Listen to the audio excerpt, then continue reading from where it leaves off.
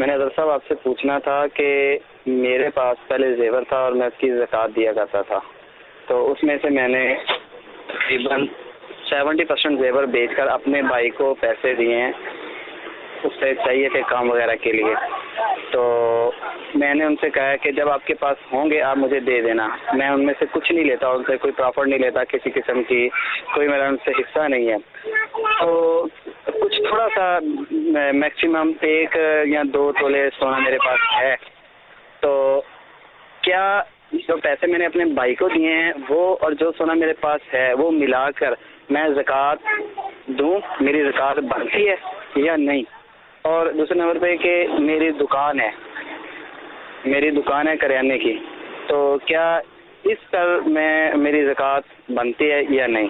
یہ زیور جس کا ہے ارشد صاحب کا اپنا ہے یا ان کی زوجہ کا ہے، وہ بیچا گیا اور جو رقم حاصل ہوئی وہ بھی انہی کی رہی.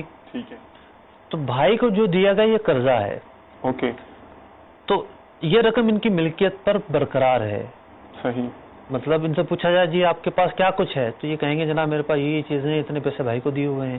تو یہ رقم ان کی ہے. تو اس رقم پر بھی بلا شبہ زکوٰۃ بنے گی. یعنی ان کو جب یہ زکوٰۃ کی کیلکولیشن کریں گے تو یہ اس کی رقم بھی پلس کریں گے، اس کے یہ رقم پلس کریں گے لیکن انہیں ایک تخفیف حاصل ہوگی. اچھا، وہ کیا؟ جیسے ان کا سال پورا ہو گیا جی تو اب انہیں یہ چھوٹ حاصل ہے کہ جو ان کے پاس موجود ہے اس کی یہ فوری زکوٰۃ ادا کر دیں، اور جو قرضے میں گیا ہوا ہے جب وہ وصول ہوتا رہے اس کا ایک پورا حساب ہے، پھر اس کی بھی ادائیگی کرتے رہیں. لیکن 5 سال بعد اگر وصول ہوا تو 5 سال کی زکوٰۃ نکالنی پڑے گی. تو بہتر یہ ہے اس کی بھی سال بسال نکالتے رہیں. ٹھیک ہے، ماشاءاللہ. دوسرا سوال ان کا یہ تھا کہ کریانے کی دکان ہے. دیکھیے دکان کسی بھی چیز کی ہو، دکان میں وہ چیزیں جن کو بیچنے کے لیے رکھا ہوا ہے ان پر زکوٰۃ فرض ہوگی. یعنی مثال کے طور پر جب نئی دکان کھولی جاتی ہے تو لاکھوں روپے کی ڈیکوریشن بھی ہوتی ہے، فرنیچر رکھا جاتا ہے. فرنیچر بیچنے کے لیے نہیں رکھا جاتا. جو اور کئی ایسی چیزیں ہوتی ہیں، تجوری ہے، وہ بیچنے کے لیے نہیں رکھی جاتی.